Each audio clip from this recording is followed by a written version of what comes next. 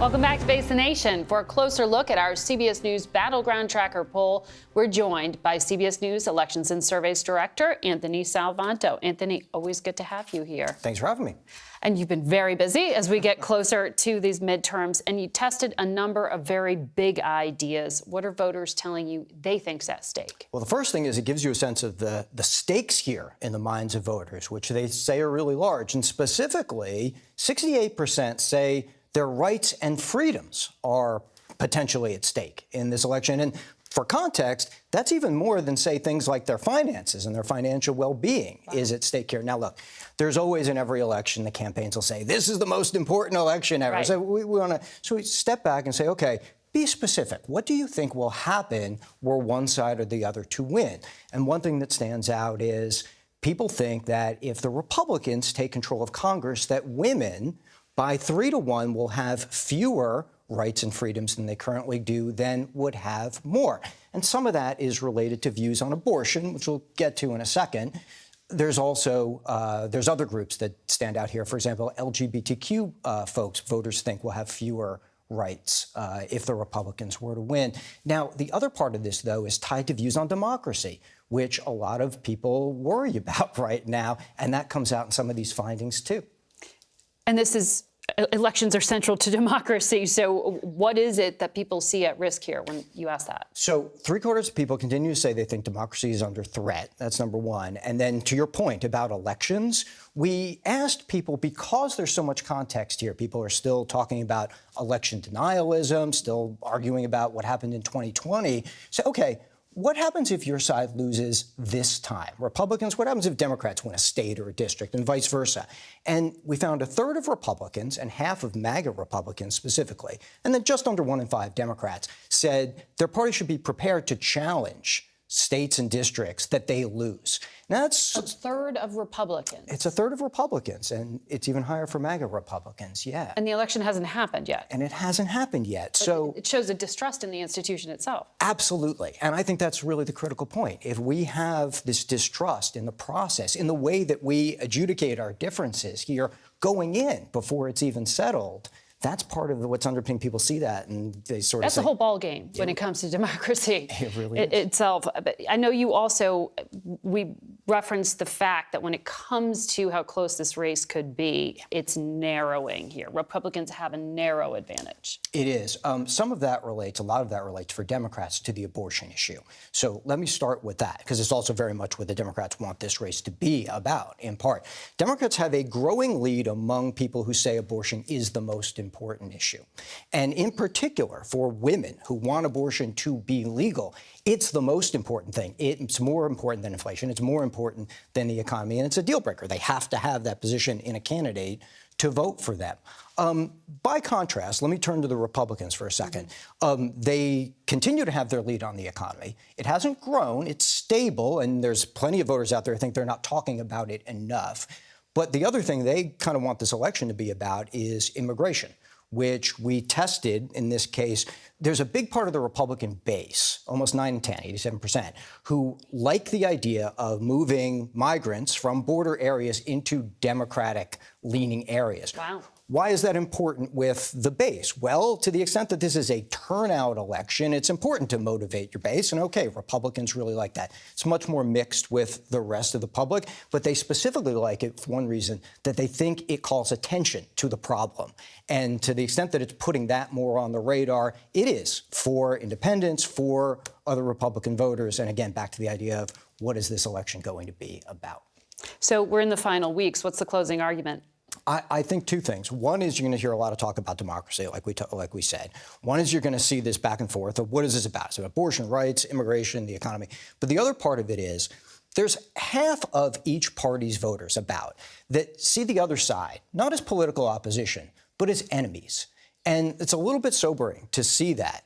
But you have to, out from that, think, well, what happens if you view the other side as somebody you can't work with? That's a threat to your way of life. In some ways, it justifies any action. It justifies things that you might say or do that you wouldn't otherwise if you still believed in the system.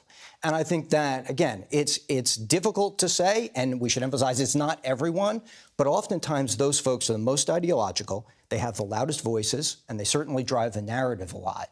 And that's very much what you're going to see, because then the parties start to say, well, those people vote. Those people are going to turn out. So if you see the campaigns talking about why the other side is bad, and a lot of voters say that's what the campaigns are mostly talking about, why the other side is bad, that kind of runs counter to what you usually see where campaigns are talking about what can we do for you.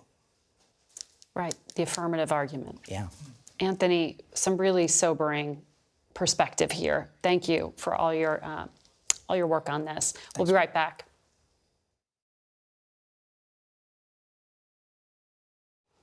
Financial markets flashed warning signs last week of growing economic uncertainty. CBS News senior national correspondent Mark Strassman reports from Atlanta. Inflation stubbornly above 8%. The Dow ending this week below 30,000, vanished nearly 2 years of gains. Interest rates up 3 points in 6 months. And worse, we're all flying blind here. No one knows with any certainty where the economy will be a year or more from now. That uncertainty's now hitting us where we live. I do like these cabinets. In America's worsening housing crunch. Over that 2-year feeding frenzy to overpay. Many buyers shudder at mortgage rates above 6%, the highest in 14 years. What's even more significant is how much sellers are pulling back. If you borrowed money at 3% to buy a house, you're never going to leave. Another issue, so-called shelter inflation. Surging home prices and rents racing faster than wages. We're going to be feeling this. It's not just one part of the country, it's almost all parts of the country. Moody's Analytics says more than half of America's largest regional markets are significantly overvalued by 25% or more. 210 out of 413 markets, many pandemic boom towns. Moody's number one, Boise. Home prices 72% too high. Other overvalued areas, Austin, Charlotte, Las Vegas, and Phoenix. I expect national house prices nationwide, across all these markets, to probably fall about 10% peak to trough, over the next year or two. Housing's notoriously cyclical. What goes up must come down. In a recession, expect the law of gravity here to kick in with a vengeance. Moody's predicts home value declines could double. For now, few experts predict a housing crash, a plunge in home values as deep and painful as in the Great Recession. But in much of America, affordable housing's an ongoing crisis. Many experts say that should improve slowly if the Fed can nudge supply and demand into a healthier place and confidence in the economy can find a new home of its own. The sales volume is going to be low. Prices are going to come down some, but the bottom isn't going to fall out of the market. That's Mark Strassman reporting from Atlanta, and we turn now to the president of the Federal Reserve Bank of Atlanta, Raphael Bostic. Good morning to you, sir. It's good to have you back. I want to get your perspective. We know stock market is not the economy, but it is a forward-looking indicator, and it's showing some concern right now. Around the world, central banks are trying to get control of inflation. The Fed has already raised rates 5 times this year. Why isn't inflation coming down? Well, first of all, good morning, Margaret. It's really good to see you. And, inflation is high, it's too high, and we really need to do all that we can to make it come down. And when you think about its source, it's because we have very high demand, we have not enough supply, and as long as you have that gap, prices are going to be feeling upward pressure. So we've got to narrow that gap. And what we were hoping would happen is that we'd see some movement on the supply side to move the supply up so that there wasn't so much of an auction on goods that are in the marketplace. But that hasn't happened, and that really has meant that we have had to turn to our policies to try to take demand down and reduce its level. And I think a lot of what you saw in the lead-in piece here is that demand is starting to shrink, and ultimately that will start to pay dividends when we think about inflation levels. So these higher interest rates, for businesses, it makes it more expensive for them to get loans. For consumers, it makes them more expensive, as we were talking about, to get mortgages, credit card debt, loans. That's how it sort of cools things off a little bit. we've already had 2 back-to-back quarters of negative GDP growth, which would put us in that category of recession. How significant of a pullback are you expecting here? Well, first of all, I think that the GDP number is one way to think about the economic performance, but many others would suggest that the economy has a lot of positive momentum. We're still creating lots of jobs on a monthly basis. And so I actually think that there is some ability for the economy to absorb our actions and slow in a relatively orderly way. Look, we need to have slowdown. There's no question about that. But I do think that we're going to do all that we can at the Federal Reserve to avoid deep, deep pain. And I think there are some scenarios where that's likely to happen. Deep, deep pain, or that you can avoid the deep, deep pain? Oh, that we can avoid the Okay. pain. Thank you for that. Sorry. Alan Blinder, the former vice chair of the Federal Reserve, wrote a piece in the Journal this week, and he said the chances of a softish landing based on history are well under 50%, but above 0. What are the odds here that this is a soft landing? Well, I'm not an odds person. People who know me know I don't like to gamble because I hate to lose money. But I will tell you, this is something that it's going to be hard. It's not going to be easy. There will likely be some job losses. But I think if you look over the historical history here and our economic experiences, there's a really good chance that if we have job losses, it's going to be smaller than what we've seen in other situations. And that's what I'm banking on. You know, I talk to business leaders and people in communities across the Southeast.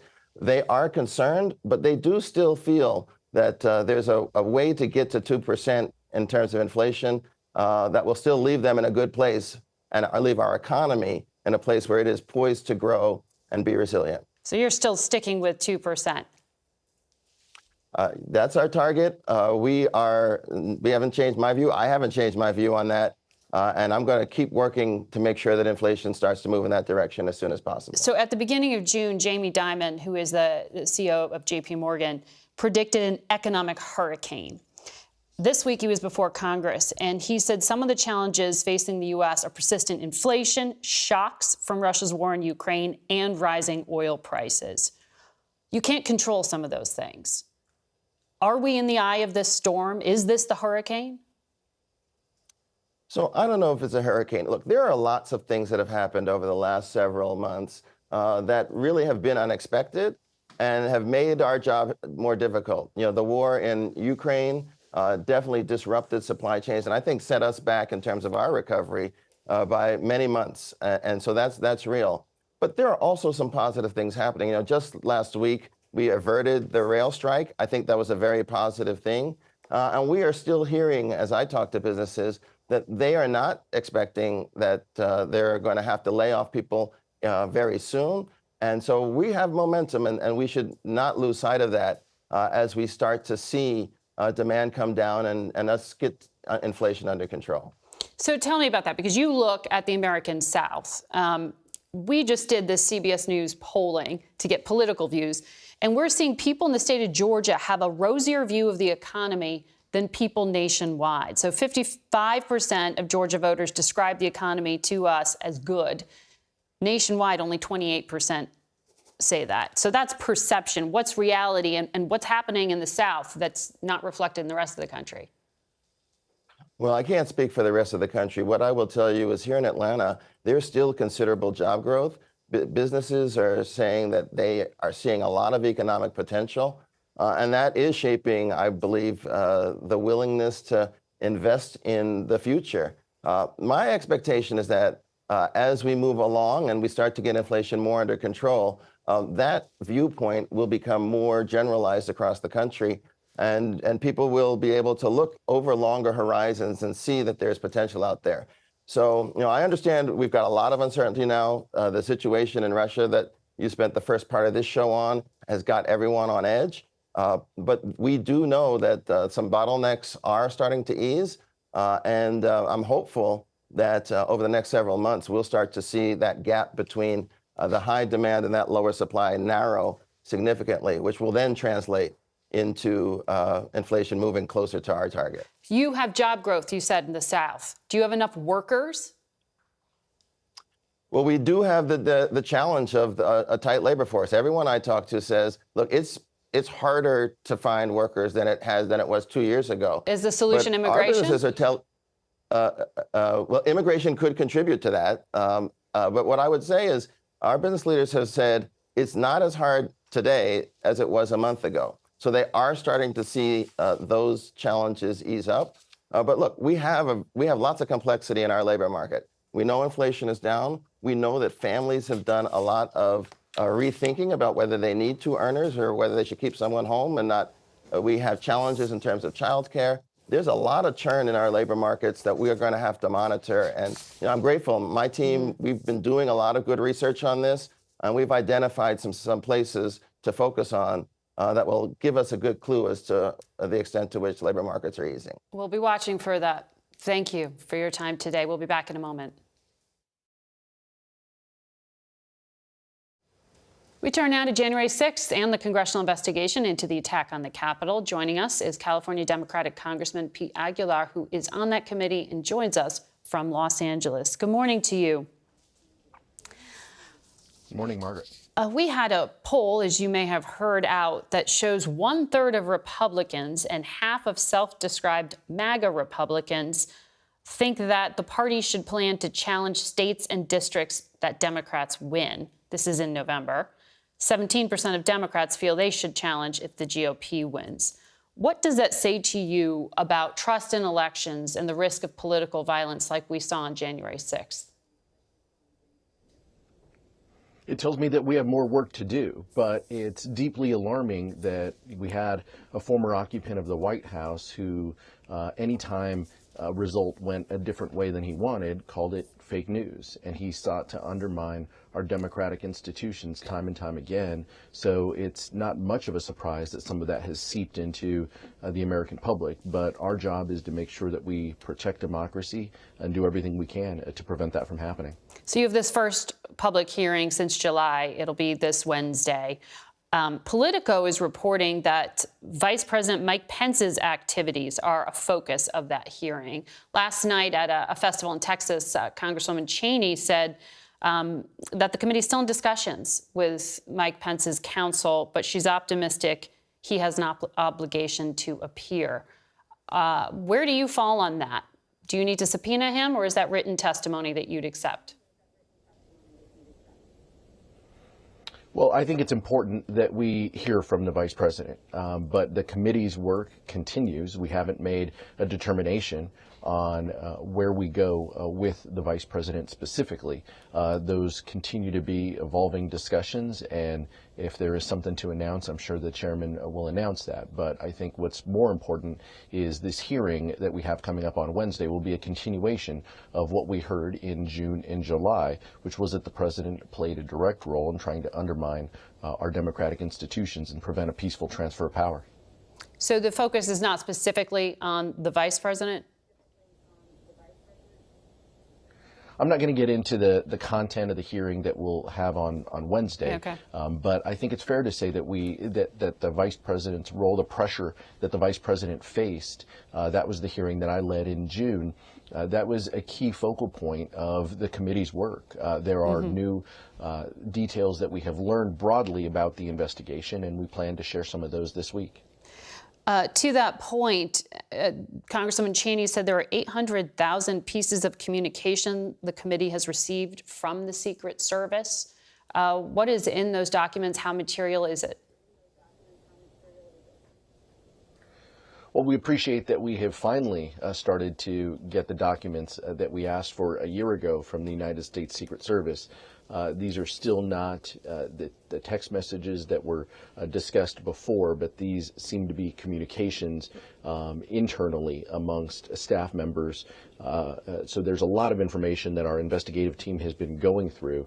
We won't detail all of it on Wednesday, but it's important that they are providing the information and that it continues to help in our investigative work understand what exactly was happening on January 5th and January 6th as this rally was happening and as the president was directing the mob to go to the Capitol.